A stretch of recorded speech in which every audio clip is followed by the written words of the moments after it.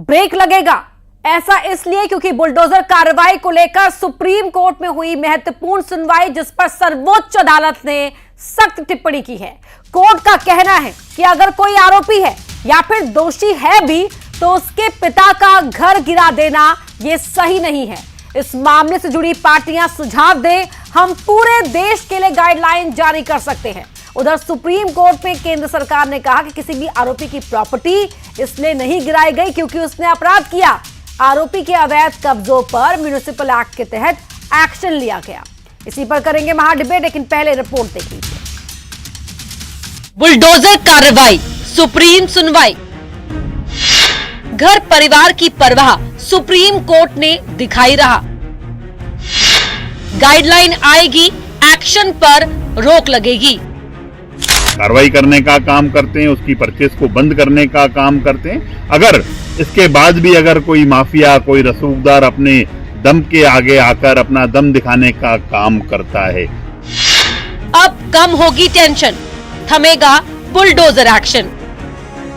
रात में घटना होती, सुबह बुलडोजर चला दिया जाता, ये कौन सा न्याय है? आप उसको दोष सिद्ध कीजिए, आप उसके ऊपर मामला चलाइए, मुकदमा चलाइए, लेकिन घर बैठे न्याय करना, आधी रात के बाद न्याय करना, इसको देश बर्दाश्त नहीं करेगा। राज्यों में बुलडोजर एक्शन को लेकर सुप्रीम कोर्ट की सख्त टिप्पणी आई है। कोर्ट ने साफ कर दिया है, आरोपी हो या दोषी, किसी के घर पर बुलडोजर कार्रवाई गलत है। कोर्ट ने बुलडोजर एक्शन को लेकर एक गाइडलाइन बनाने की भी बात कही है।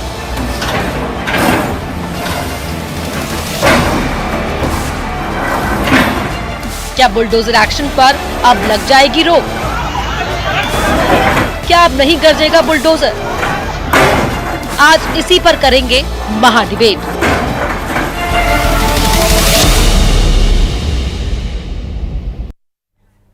तो सरकार कह रही है कि अवैध निर्माण पर कार्रवाई की जाती है। उधर विपक्ष का कहना है कि सिर्फ आरोपी होने से बुलडोजर कार्रवाई करना न्याय नहीं है। इसी पर करेंगे महाडिबेट, लेकिन पहले देख लेते हैं सवाल, जिन सवालों के इर्द गिर्द आज की महाडिबेट रहेगी। पहला सवाल रहेगा बुलडोजर एक्शन, क्या अब सुप्रीम कोर्ट की इस टिप्पणी के बाद रोक लगेगी? अगला सवाल, कोर्ट की इस टिप्पणी का कितना होगा असर? तीसरा आखिरी सवाल रहेगा कि क्या गाइडलाइन से होगी बुलडोजर कार्रवाई, क्योंकि कोर्ट ने कहा कि हम पूरे देश के लिए गाइडलाइन जारी कर सकते हैं। अगली सुनवाई होनी है 17 तारीख को इसी महीने की, और उस सुनवाई पर सभी की निगाहें रहेंगी। मेरे साथ खास मेहमान जुड़ चुके हैं, उनका परिचय आपसे करवा देती हूं। वरिष्ठ पत्रकार है रमेश शर्मा जी, वो जुड़े हुए हैं। कांग्रेस के प्रवक्ता है रवि वर्मा जी। तनुज दीक्षित जी हैं, बतौर पॉलिटिकल एनालिस्ट में ज्वाइन कर रहे हैं, और साथ ही बीजेपी के प्रवक्ता है डॉक्टर दुर्गेश केसवानी जी, और सुप्रीम कोर्ट के वकील हैं विनीत जिंदल जी। आप सभी का ही बहुत बहुत स्वागत है। विनीत जिंदल जी जुड़ेंगे हमारे साथ थोड़ी देर में अभी, लेकिन बाकी के मेहमान टीवी स्क्रीन पर आपको दिखाई दे रहे हैं। पहला सवाल रवि जी आपसे है मेरा। कांग्रेस तो लगातार बुलडोजर एक्शन पर सवाल उठा रही थी, अब सुप्रीम कोर्ट की आज की टिप्पणी, आपका रिएक्शन? जी अपर्णा जी, जो सुप्रीम कोर्ट की टिप्पणी है वो निश्चित तौर पर स्वागत योग्य है, क्योंकि देश में नफरत की सीढ़ियां चढ़कर सत्ता की सीढ़ियां चढ़ने वाली भारतीय जनता पार्टी के मुख पर ये सीधे सीधे सुप्रीम कोर्ट का तमाचा है। क्योंकि लगातार मैं आऊंगी आपके पास रवि जी, लेकिन टीवी स्क्रीन पर हमें दिखाई दे रहे हैं मौलाना साजिद रशीदी भी, आपका भी स्वागत है, वो उनसे बात करेंगे। लेकिन हाँ रवि जी, अब बात कंप्लीट कर लीजिए अपनी। जी अपर्णा जी, मेरी आवाज आ रही है? जी जी, अपनी बात कंप्लीट कीजिए। जी, नफरत को राजनीति का हथियार बनाकर लगातार देश में भारतीय जनता पार्टी बुलडोजर की आड़ लेकर देश में भय का राज स्थापित करना चाहती है। क्योंकि देश में संविधान है, संविधान से ऊपर उठकर ही भारतीय जनता पार्टी लगातार बुलडोजर का सहारा लेती है और इस तरह की कार्रवाई करके देश में लगातार प्रदेशों में भय का माहौल बनाना चाहती है। क्योंकि जब जब अपराध होता है, अपराध का को सिद्ध होना या उस पर सजा देना माननीय न्यायालय का काम है, लेकिन भारतीय जनता पार्टी की सरकार समूचे देश में और मध्य प्रदेश में लगातार उसके घर को तोड़ने का काम करती है, उसके घर के परिवार को, सदस्यों को यातना देने का काम करती है। क्योंकि भारतीय जनता पार्टी संविधान पर भरोसा ही नहीं करना चाहती है। लगातार वो इसका इस्तेमाल विपक्षियों पर और ऐसी घटनाओं पर करती है जिससे उसको चुनावी लाभ मिल सके। लेकिन आज सुप्रीम कोर्ट ने इस तरह की टिप्पणी देकर, इस तरह का निर्णय लेकर भारतीय जनता पार्टी पे सीधे सीधे तमाचा मारने का काम किया है। ठीक है, मैं इसका जवाब लूंगी दुर्गेश केसवानी जी से, लेकिन रमेश शर्मा जी मैं पहले आपके पास आ रही हूं। आज की इस ऑब्जर्वेशन पर क्या कहेंगे आप? देखिए, मोटे तौर पर सुप्रीम कोर्ट की टिप्पणी पर तो कोई टिप्पणी की नहीं जा सकती। ये सुप्रीम कोर्ट का अपना है, उन्होंने क्या ठीक कहा है, क्या उनको गलत लगा है, ये उनका अधिकार है। लेकिन मैं अपनी व्यक्तिगत राय इस मुद्दे पर कह सकता हूं कि अपराधियों पर नियंत्रण तो होना ही चाहिए। और मैं समझता हूं अभी तक जहां जहां भी बुलडोजर चले हैं वो ठीक है, एक इत्तेफाक था कि वो अपराधी भी निकले हैं, लेकिन अतिक्रमण पर चढ़े हैं। आप कल्पना कर सकते हैं, देश में अब इतना अतिक्रमण हो गया है, सड़क पर चलना मुश्किल हो गया है, गाड़ी खड़ी करना मुश्किल हो गया है, रमेश जी, लेकिन यहाँ पर यह भी तो सवाल उठता है ना कि अतिक्रमण पर उस वक्त कार्रवाई क्यों नहीं होती जब वो अतिक्रमण किया जा रहा होता है? अतिक्रमण तो दशकों पहले हो गया और एक मामला सामने आने के बाद फिर हम कार्रवाई का बहाना ढूंढ ले, जैसा कि कांग्रेस कहती है।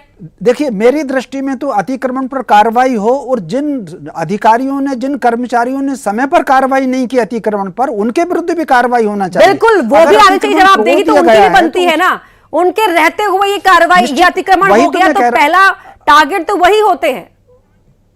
वही मैं कह रहा हूं, उन पर भी कार्रवाई होना चाहिए कि जब अतिक्रमण हो रहा था तब उन्होंने क्यों नहीं देखा। तो उस तंत्र के ऊपर भी सख्त कार्रवाई होनी चाहिए, बल्कि उनको सस्पेंशन का भी होना चाहिए, समय पर उन्होंने क्यों नहीं देखा। और अतिक्रमण हटाने की कार्रवाई तो मुहिम देश भर में चलनी ही चाहिए। जी ठीक है, तनुज जी आप बेहतर हमें समझा पाएंगे सुप्रीम कोर्ट के आज के इस ऑब्जर्वेशन के बारे में। आप खुद एक लॉयर भी हैं और पॉलिटिकल एनालिस्ट भी हैं, जरा मैं चाहूंगी कि आप एक्सप्लेन कर दें हमें ये। देखिए, जमीयत उलेमा ए हिंद की एक याचिका दर्ज हुई, उसके अंदर उन्होंने ये कहा कि भाई जो मुस्लिम समुदाय के लोग हैं उनके घरों का जो है बुलडोज़र से अतिक्रमण के नाम पर जो है ध्वस्त कर दिया जाता है मकानों को। ऐसी एक याचिका सुप्रीम कोर्ट में आज बेंच पे सुनवाई हुई। उस याचिका के अंदर सुप्रीम कोर्ट ने कहा कि भाई अगर कोई निर्माण इल्लीगल भी है, अगर अवैध भी बना है, तो भी उसका एक नियम होना चाहिए। ऐसे ही आप किसी का घर नहीं तोड़ सकते। साथ ही अगर किसी का बेटा अगर अड़ियल भी हो तो जरूरी नहीं पिता भी वैसा ही हो। ये एक बहुत बड़ी टिप्पणी है सुप्रीम कोर्ट की, और इसी को लेकर के उन्होंने एक राय याचिकाकर्ताओं से मांगी है, जिसपे अगली सुनवाई जो है 10 सितंबर को लंबित की गई है। और निश्चित रूप से कोई नियम और सुप्रीम कोर्ट के इस ऑब्जर्वेशन में विपक्ष को मानो एक उम्मीद दिख रही है। निश्चित रूप से देखिए, उम्मीद के बहुत आसार हैं, क्योंकि आज दिनांक तक अगर सुप्रीम कोर्ट का कोई निर्णय होता है जिसके अंदर कोई नियमावली बनती है, तो अपने आप में एक कानून के रूप में उसको मान्यता मिलेगी। और मुझे लगता है कि इस तरीके के नियमों का पालन होगा तो इस तरीके से जो 128 से ज़्यादा अतिक्रमण हाल ही में जो है ध्वस्त किए गए हैं अतिक्रमण के नाम पर, या जो भी है उसमें बुलडोजर की कार्रवाई हुई है, ऐसे काफ़ी सारे मुद्दे और ऐसे काफ़ी सारी जगहों पर हमने देखा। ऐसे 3 राज्यों की भी उसमें उल्लेख किया है, उत्तर प्रदेश, मध्य प्रदेश और राजस्थान का। तो ये भी सारी चीज़ें जो है ये चिंतनीय है, और निश्चित रूप से अगर एक नियम आएगा, एक कानून अगर इस पर बनेगा, तो मुझे लगता है कि सभी को सहूलियत। जिंदल साहब भी जुड़ चुके हैं हमारे साथ, सुप्रीम कोर्ट के लॉयर है विनीत जिंदल साहब। ये ऑब्जर्वेशन सुप्रीम कोर्ट का जो रहा, सीधे तौर पर क्या लग रहा है कि जमीयत की याचिका को सपोर्ट मिला है इससे? देखिए, सबसे पहले मैं करेक्ट करना चाहूंगा कि ये कोई ऑब्जर्वेशन नहीं था, ये एक सवाल पूछा गया था एसजी तुषार मेहता जी से, और इस सवाल का जवाब तुषार मेहता जी ने बड़े स्पेसिफिकली दिया। जब ये पूछा गया कि क्या अपराधी होने के कारण लोगों के मकान तोड़े जा रहे हैं, तो तुषार मेहता जी ने बोला कि नहीं, ऐसा नहीं है। जिन लोगों के मकान तोड़े गए हैं वो अनऑथराइज कंस्ट्रक्शन थे, और अनऑथराइज जो कंस्ट्रक्शन था उसको डेमोलिश किया गया है। इस बात का एफिडेविट राज्य सरकारें अब ऑलरेडी सुप्रीम कोर्ट में दायर कर चुकी हैं, और ये बात लिखित में सर्वोच्च न्यायालय के समक्ष ऑलरेडी है। लेकिन क्योंकि एलिगेशन ऐसे लगाए गए थे कि भाई एक पर्टिकुलर कम्युनिटी को टारगेट किया जा रहा है, कुछ स्पेसिफिक लोगों को टारगेट किया जा रहा है, और एक ऐसा अरोमा बना दिया गया है कि जी जो अपराधी है उसका मकान तोड़ दिया जाता है। ऐसा नहीं है। इस बात के ऊपर पहले भी बहुत सी चीजें उठ चुकी हैं, लेकिन बड़ा स्पेसिफिक कंटेंशन जो है राज्य सरकारों का रहा है कि अपराधी के साथ साथ उनका जो डेमोलिशन किया गया वो इसलिए किया गया क्योंकि एमसी रूल के अगेंस्ट, म्युनिसिपल कॉर्पोरेशन रूल्स के अगेंस्ट वो जो मकान थे वो बनाए गए थे, और इसलिए उनका डेमोलिशन किया गया। पर प्रायोरिटी बेसिस पे किया गया। अब उसमें लीगल जो प्रोसीजर था वो फॉलो हुआ नहीं हुआ, इस चीज के ऊपर भी एलिगेशंस लगाए गए। तो आज भी एसजी तुषार मेहता जी ने बोला कि प्रोसेस को फॉलो करते हुए ही इन मकानों को जो है वो ध्वस्त किया गया है, इन मकानों के ऊपर कार्रवाई की गई है जी। तो ऐसा कोई भी वाक्य अभी तक मतलब आज कोई भी ऐसा ऑब्जर्वेशन नहीं था, ये सवाल पूछा गया है आज की इस याचिका को सुनते हुए सुप्रीम कोर्ट की ओर से कि क्या ऐसा हुआ है, और आप कह रहे हैं कि राज्य सरकार की ओर से जवाब दिया गया है कि ये म्युनिसिपल एक्ट के तहत किया गया है जो भी कार्रवाई हुई है। मोटा मोटा यही हुआ ना? बिल्कुल बिल्कुल अर्पणा जी, यही बात थी। और इसी बात के ऊपर मेरे पास पूरा ट्रांसक्रिप्ट है, जो भी प्रोसीजर आज जो भी सुनवाई जो चली है सर्वोच्च न्यायालय में, उसका पूरा ट्रांसक्रिप्ट है, बड़ा स्पेसिफिक है। ये एक और चीज मैं आपसे चाहूंगी क्लैरिफाई करना कि एक जो ये कहा गया कि सुप्रीम कोर्ट ने ये भी कहा कि चाहे आरोपी हो या दोषी हो, घर गिराना गलत है, ये सुप्रीम कोर्ट ने कहा है। तो किस जगह पर कहा है और इसे किस तरह से देखा जाए? क्या ये टिप्पणी माना जाएगा या ये एक सवाल होगा या एक कमेंट होगा? इसे जो लीगल लैंग्वेज में क्या कहा जाएगा? नहीं, बिल्कुल ये सवाल, क्योंकि ऐसे मैंने पहले भी कहा कि ऐसे एलिगेशंस जो हैं वो याचिका जितनी भी थी उनके अंदर लगाए गए थे। इसीलिए सर्वोच्च न्यायालय ने पूछा कि भाई हमारे सामने ये शिकायतें हैं, 100 से ज्यादा पेटिशंस जो हैं वो फाइल हो चुकी हैं, इसी बात को लेकर हमें चिंता है कि ऐसा किया जा रहा है। तो इसी बात के ऊपर एसजी तुषार मेहता ने कहा कि नहीं, बिल्कुल नहीं, ये कानून बिल्कुल स्पष्ट है कि किसी के अपराधी होने पर किसी का मकान नहीं तोड़ा जा सकता। और मैं ये ऑन रिकॉर्ड बोला गया आज तुषार मेहता जी की तरफ से कि देखिए, कोई भी मकान जो तोड़ा गया है वो अनऑथराइज कंस्ट्रक्शन के लिए तोड़ा गया है, इलीगल कंस्ट्रक्शन के लिए तोड़ा गया है। तो जब भी कोई कार्रवाई होती है उसी वक्त सवाल का जवाब मिल जाता है कि देखिए म्युनिसिपल एक्ट के तहत ये लूप होल था तो इसलिए ये कार्रवाई हुई है। अब मैं आ रही हूं दुर्गेश केसवानी जी आपके पास। यहां पर जो कुछ हुआ सुप्रीम कोर्ट में उसे इस तरह से देखा गया, इस तरह से कहा गया या पोर्ट्रे किया गया कि देखिए जो बात जमीयत कह रही थी, जो बात कांग्रेस कह रही थी, वो बात कहीं ना कहीं कोर्ट ने महसूस भी की है, यानी कि बैकफुट पर बीजेपी सरकार है। अपर्णा जी, इसको ऐसा नहीं लेना चाहिए आपको कि हम बैकफुट, हम लॉ बाउंड सिटीजन है, हमारी सरकार का संविधान का अक्षरशः पालन करने वाले हैं, हम सर्वोच्च न्यायालय का सम्मान करने वाले हैं। और निश्चित रूप से अगर अतिक्रमणकारी कोई अतिक्रमण कर रहा है तो म्युनिसिपल एक्ट भी निश्चित रूप से उस संविधान का हिस्सा है, उस कानून का हिस्सा है, उसका पालन कराना भी सरकार की जिम्मेदारी है। आप बिगर परमिशन के अगर कोई भी चीज को बिल्ट करते हैं, बिगर कानूनी प्रक्रियाओं से गुजरते हुए, बिगर कानूनी परमिशन लेने के, जो म्युनिसिपल कॉर्पोरेशन एक्ट में जो परमिशन लेने का प्रावधान है, और आप अगर कोई हवेली, अगर कोई मकान, अगर किसी सड़क पर इस तरह का अतिक्रमण करने का काम करते हैं तो निश्चित रूप से कार्रवाई की जानी चाहिए, सरकार का काम है। और सुप्रीम कोर्ट भी इस चीज को कहती है कि आप उस चीज को पालन करिए, जो कानून बने हुए हैं उसका पालन करिए, हम उसका पालन करने का काम करते हैं। रही बात सर्वोच्च न्यायालय ने जो कहा, सर्वोच्च न्यायालय जो कहेगा वो सर माथे पर है हमारे, हम निश्चित रूप से उसको लेकर आगे बढ़ेंगे। पर क्या आप बताइए, यहाँ जो यहाँ पे जो पैनलिस्ट बैठे हैं वो बताएं, क्या अतिक्रमण पर कार्रवाई होनी चाहिए या नहीं होनी चाहिए? हमारी सरकार तो निश्चित रूप से जो भी अतिक्रमण है, जो भी बिगर परमिशन के बने हुए, जो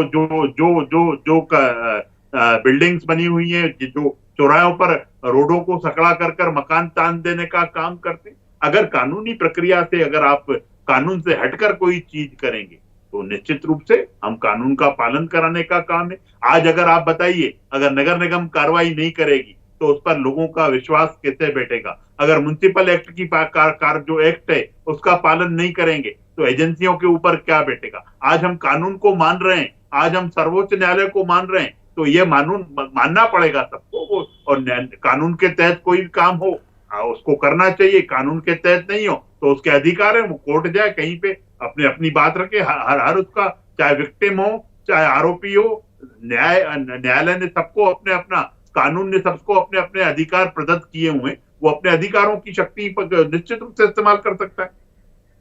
ठीक है, हमारे साथ जुड़े हुए हैं मौलाना रशीदी। मौलाना साहब, अब आपके पास में आऊंगी। जमीयत की याचिका पर जो आज सुप्रीम कोर्ट में सुनवाई हुई, सरकारों का तो ये कहना है कि देखिए नियम के तहत ही कार्रवाई हुई, आपका रिएक्शन? मुझे बताइए, अगर वो मुसलमान जिसका घर टूटा है, अगर वो सरकार के खिलाफ किसी प्रोटेस्ट में शामिल होता है, तभी पता चलता है कि उसका मकान अतिक्रमण है। अतिक्रमणकारी कौन सी दलील दे रहे हैं ये? अरे चुप रहिए, आप मुझे बोलने दीजिए। आप बोले तो मैं बोला नहीं। मुसलमान की बात नहीं हो रही, किसी धर्म की बात नहीं हो रही। सुनिए सुनिए, चुप रहिए, चुप रहिए। मैं पहले बोल लूं, अच्छा, आप बोले तो मैं बोला नहीं हूँ। एक मिनट दुर्गेश जी, इनको कहिए चुप दुर्गेश रहेंगे। जी आप अपना जो भी आपकी आपत्ति आप बताइएगा, लेकिन पहले उन्हें बोलने देते हैं एक बार। देखिए, ये मुसलमानों के खिलाफ कार्रवाई हो रही है, चाहे यूपी में हो चाहे मध्य प्रदेश में हो, और इसीलिए जमीयत उलमा हिंद सुप्रीम कोर्ट गई है। और सुप्रीम कोर्ट की इस टिप्पणी को आप मामूली मत समझें, ये बहुत बड़ी टिप्पणी है सुप्रीम कोर्ट की। आप मुझे बताइए, अगर कोई आदमी क्रिमिनल भी है, किसी के ऊपर केस भी है, चाहे कोई आतंकवादी भी है, क्या ऐसा कोई संविधान में प्रावधान है कि उसका घर तोड़ दें, उसके बच्चों को उजाड़ दें, उसके बीवी को फुटपाथ पे लाके खड़ा कर दें, उसके बच्चों का आसरा छीन लें? ऐसा कौन सा प्रावधान है संविधान में? ये कौन सी बुलडोजर की कार्रवाई शुरू की है आपने जब से बीजेपी सरकार आई है? आप करना क्या चाहते हैं देश में? क्या देश में मुसलमानों को रहने देना चाहते हैं कि नहीं रहने देना चाहते? ये बुलडोजर की कार्रवाई अब नहीं चलेगी। अब मुसलमान भी जाग गया है, सुप्रीम कोर्ट की टिप्पणी भी आ गई है।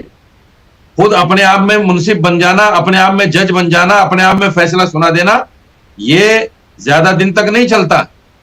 सुप्रीम कोर्ट ने संज्ञान लिया है। और मैं तो सुप्रीम कोर्ट से यह भी मांग करता हूं कि जिन लोगों के घर टूटे हैं, सरकार की तरफ से उनको मुआवजा मिलना चाहिए, और ऐसे मुख्यमंत्री को तुरंत बर्खास्त करा देना चाहिए। सिफारिश होनी चाहिए ऐसे मुख्यमंत्री के बर्खास्त होने की।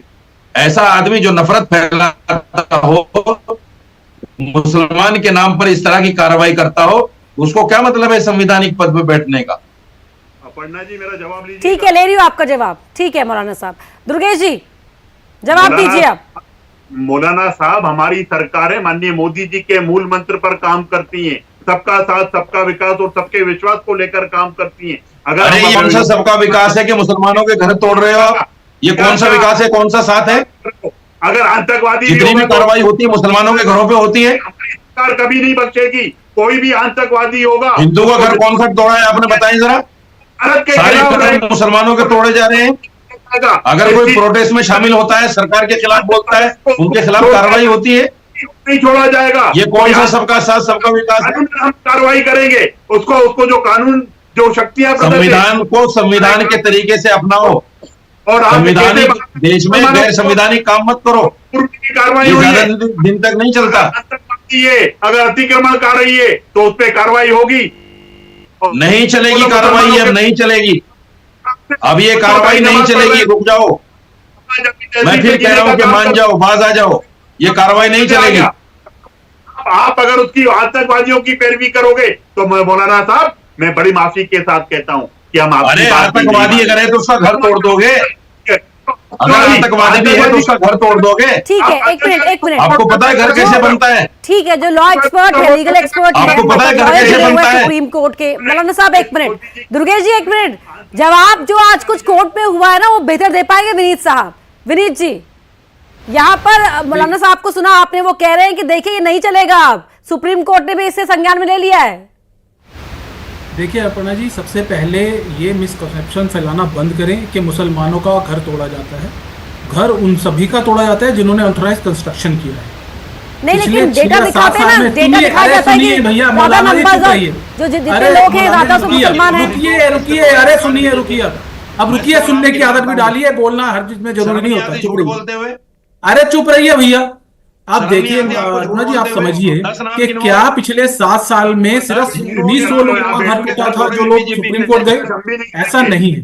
ऐसे बहुत से घर टूटे, ऐसे बहुत से अनऑथराइज्ड कंस्ट्रक्शन जो है वो डेमोलिश किए जाएंगे,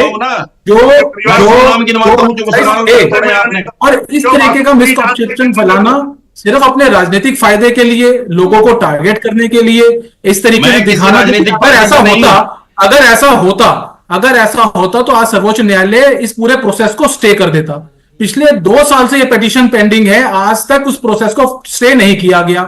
आज भी सब सर्वोच्च न्यायालय पिछले 2 साल से पेंडिंग है। अरे भैया, मैडम कैसे लोग हैं ये? क्या एक मिनट अरे अभी 20 दिन पहले तो जमीयत उलमा हिंद तोड़ गई है, आप कह रहे हो 2 साल से पेंडिंग है। इस तरीके से डिबेट करते हो क्या? आप उन्हें काउंटर कीजिएगा, लेकिन पहले बोलने दीजिए ना, उनकी बात सुन लेते नहीं, ये झूठ क्यों बोल रहे हैं भाई? हाँ तो आप अरे ये 20 दिन पहले तो तुम्हें पता है कितने लोगों का पेंडिंग है? लिस्ट है तुम्हारे पास? फालतू की बातें आपको पता है नहीं? 10 नाम बोलना जरूरी है। अरे ऐसे नहीं होता है भैया डिबेट, मैं समझदारी 100 नाम 150 नाम गिनवाता हूँ, आप 10 नाम गिनवाओ। चुप रहिए। आप हिंदुओं के 10 नाम गिनवाओ, जी देखिए समझने मैं की 150 बात नाम है, गिनवाता हूँ। इतनी आसानी से कह दिया। क्या उन लोगों के घर नहीं टूटे जो लोग हिंदू थे? क्या उन लोगों के घर नहीं टूटे? अरे 10 नाम बताओ ना। सिर्फ ये इल्जाम लगाने से बात नहीं बनती। और मैं इस बात को मैं कहना चाहूंगा, बहुत सी न्यूज रिपोर्ट्स हैं, कहां इवन बीजेपी के लोगों के घर टूटे हैं। जो लोग ऑफेंस करते हैं उन लोगों के घर टूटने चाहिए। ठीक है। जो लोग अनऑथराइज्ड कंस्ट्रक्शन एमसी रूल के 17 अगेंस्ट तारीख अपना को घर अगली बना रहे सुनवाई है ना, हैं, लेकिन उससे पहले जो ये ठीक है, रवि जी एक आपका कमेंट।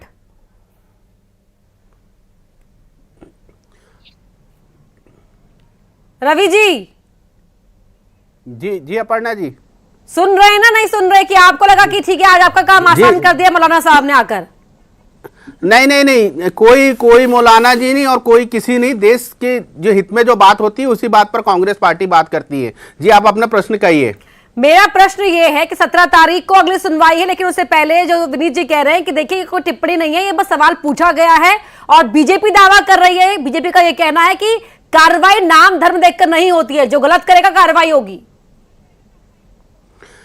देखिए बहुत ही स्पष्ट है, अगर सुप्रीम कोर्ट ने पूछा भी है तो बहुत ही स्वागत योग्य पूछा है, क्योंकि देश में भारतीय जनता पार्टी का जो बुलडोजर की कार्रवाई है वो संविधान उसके मौलिक अधिकारों के विरुद्ध है। आज सीधे सीधे जो बातचीत निकल कर आई है, ये शाह तानाशाह मोहन यादव जी के लिए आईना है, क्योंकि किसी भी प्रकार का अपराधी अपराध अगर उसका कोई सिद्ध है और उसमें कोई सजा है तो माननीय न्यायालय दे सकता है, लेकिन उससे पूर्व भी उसके घर परिवार को सजा देना, उसके घर की छत तोड़ देना, ये जो मुद्दा है इस पे जो आज सुप्रीम कोर्ट की जो टिप्पणी है, इसके लिए एक ही चीज हम ये कहेंगे कि नियम बनने की आवश्यकता, अगर सुप्रीम कोर्ट को भी एहसास हो रहा है कि नियमों की आवश्यकता है, इसका मतलब कहीं ना कहीं वो जो अभी करंट लॉ है म्युनिसिपल कॉर्पोरेशन एक्ट जो मध्य प्रदेश में भी लागू है 1956, यानी कहीं ना कहीं उसमें संशोधन या उसमें कहीं कमी देख रहा है सुप्रीम कोर्ट। और जो अब नियम आएंगे निश्चित रूप से नियम कानून के ऊपर अगली सुनवाई बेहद ही महत्वपूर्ण रहने जा रही है। बहुत धन्यवाद आप सभी का इस पैनल में शामिल होने के लिए। इतना ही समय था मेरे पास। तो एमपी की महा डिबेट में सुप्रीम कोर्ट ने जो आज सवाल पूछा है उन सवालों पर चर्चा यहां भी हुई है, क्योंकि मध्य प्रदेश की सियासत पर भी इन सवालों का गहरा असर है। महा डिबेट पे इतना ही, खबरें लगातार जारी।